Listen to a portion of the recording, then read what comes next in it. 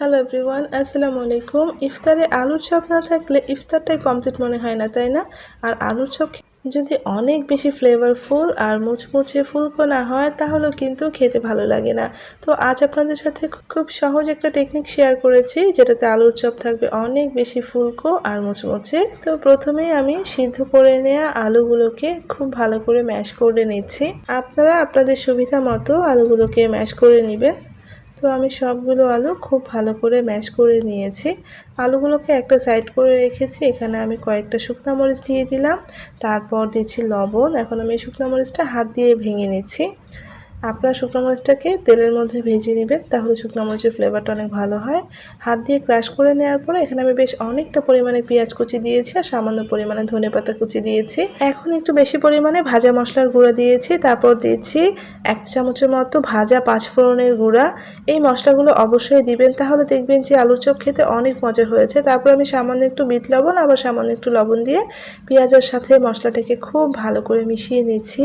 এখন বলি ভাজা মশলা আমি কি দিয়েছি। আলুর চপের জন্য আমি স্পেশাল একটা ভাজা মশলা করি, যেটার মধ্যে শুকনো মরিচ, গোটা ধনিয়া, গোটা জিরা, সামান্য পাঁচফোড়ন আর দুটোর মতো তেজপাতা দিয়ে আমি ভাজা মশলাটা করি। সবগুলো মিক্সড করে শুকনো তাওয়ায় খুব ভালো করে টেলে নিয়ে গুঁড়ো করে নেবেন, তাহলে দেখবেন যে মশলাটা অসাধারণ হয়েছে। তো আমি দেখলেন সবকিছু ভালো করে মেখে নিয়ে এখন আলুর চপের শেপ দিয়েছি। এরকম করে আলুর চপগুলো বানিয়ে নিয়েছি ছোট ছোট করে, আর কয়েকটা আমি বড় করে বানিয়ে নিব। আমার বাসায় আলুর মধ্যে অবশ্যই ডিম দিতে হয়, অর্থাৎ কিছুটা ডিম চপের মতো হয়ে যায়। তো আপনারা চাইলে ডিম দিতেও পারেন, আবার নর্মালি আলু চপ করে বানিয়ে নিতে পারেন। তো আমি ডিম দিয়ে করছি কয়েকটা আমি ছোট ছোট করে আলু চপ করে নিয়েছি এভাবে।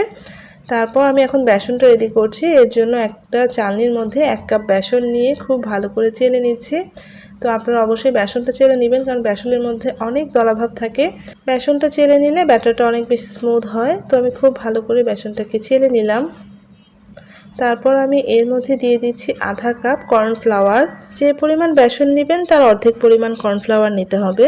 তারপর দিয়েছি আমি 2 টেবিল চামচ ময়দা। কর্নফ্লাওয়ারটা অবশ্যই দেওয়ার চেষ্টা করবেন, আর সাথে 2 টেবিল চামচ ময়দা।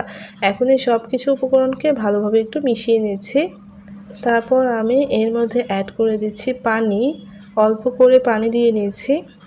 তো অল্প অল্প করে পানি দিয়ে একটা ঘন ব্যাটার করব। তার আগে আমি পানিটা দেওয়ার পরে সব কিছু ভালো করে মিশিয়ে নিচ্ছি, আর একটা উইক্স দিয়ে অনবরত আমি কিছুক্ষণ ফেটিয়ে নিব। ঘড়ি ধরে 3 থেকে 4 মিনিট অনবরত যদি ফেটিয়ে নেন তাহলেই হয়ে যাবে। দেখেন কেমন হয়েছে ব্যাটারটা কিন্তু এখন অনেক ঘন রয়েছে, আর এভাবে ঘন করে ব্যাটারটাকে খুব ভালো করে ফেটিয়ে নিতে হবে।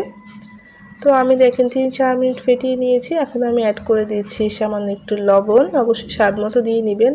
হলুদের গুঁড়া আধা চা চামচ, মরিচের গুঁড়া আধা চা চামচ, তারপর এখানে আমি দিচ্ছি ধনিয়ার গুঁড়া আধা চা চামচ, সামান্য একটু গরম মশলা গুঁড়া, তারপর দিচ্ছি আদা বাটা, তারপর দিচ্ছি রসুন বাটা আধা চা চামচ করে দিয়েছি, আর দিচ্ছি আধা চা চামচের থেকেও একটু কম বেকিং সোডা বা খাবার সোডা। আপনারা এখানে বেকিং পাউডার আধা চা চামচ দিতে পারেন।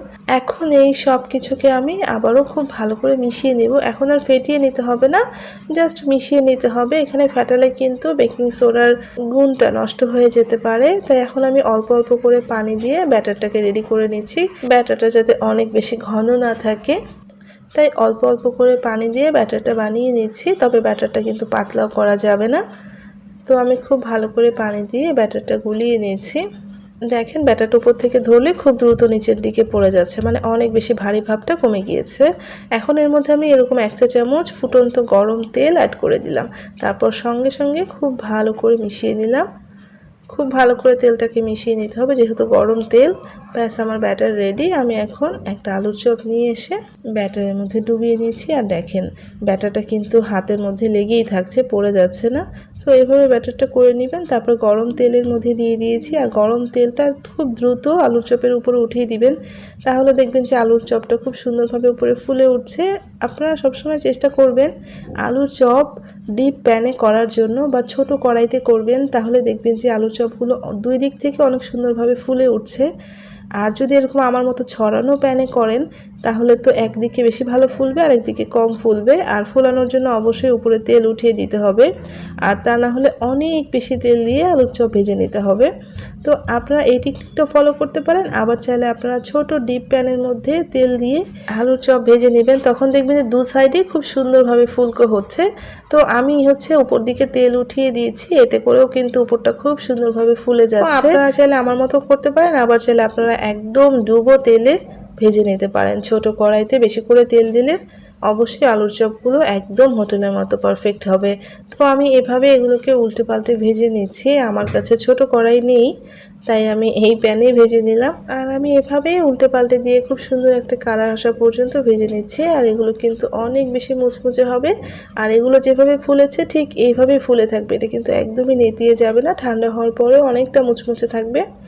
তো আপনারা যদি ব্যাটারে কর্নফ্লাওয়ারটা মিশিয়ে করেন তাহলে কিন্তু আলুর চপগুলো অনেক বেশি মুচমুচে থাকবে, ঠান্ডা হওয়ার পরেও নেতিয়ে যাবে না। দেখেন এরকম সুন্দর একটা কালার আসা পর্যন্ত ভেজে নিয়েছি। আর এখন আমি এগুলোকে এক এক করে তুলে নিচ্ছি। যে আলুর চপের ভিতরে ডিম দিয়েছি সেগুলো আমি একটু বড় বড় করে বানিয়েছি। তো এখানে আমি খুব বেশি পরিমাণ আলুর চপ বানাইনি, অল্প করে বানিয়ে নিয়েছি। আপনারা একবার হলেও আমার মতো করে আলুর চপ বানিয়ে খেয়ে দেখবেন। বিশ্বাস করুন, এই আলুর চপটা যখন আপনি ভেঙে খাবেন আপনার ঘ্রাণেই জিভে পানি চলে আসবে, আর এর স্বাদ আপনার মুখে লেগে থাকবে যে আপনি একবার এভাবে আলুর চপ বানিয়েছিলেন, যার ঘ্রাণ এখনও আপনার নাকে লেগে আছে। দেখেন কতটা মুচমুচে আর কতটা পারফেক্ট হয়েছে। এভাবে আলুর চপটা ভাঙার সাথে সাথে দেখবেন যে খুব সুন্দর একটা ঘ্রাণ ছড়িয়ে পড়েছে। তো আশা করছি বাড়িতে বানিয়ে দেখবেন। ভালো লাগলে প্লিজ একটা লাইক দিয়ে চ্যানেলটা সাবস্ক্রাইব করে সাথেই থাকবেন। সবাই অনেক ভালো থাকবেন। আল্লাহ হাফিজ।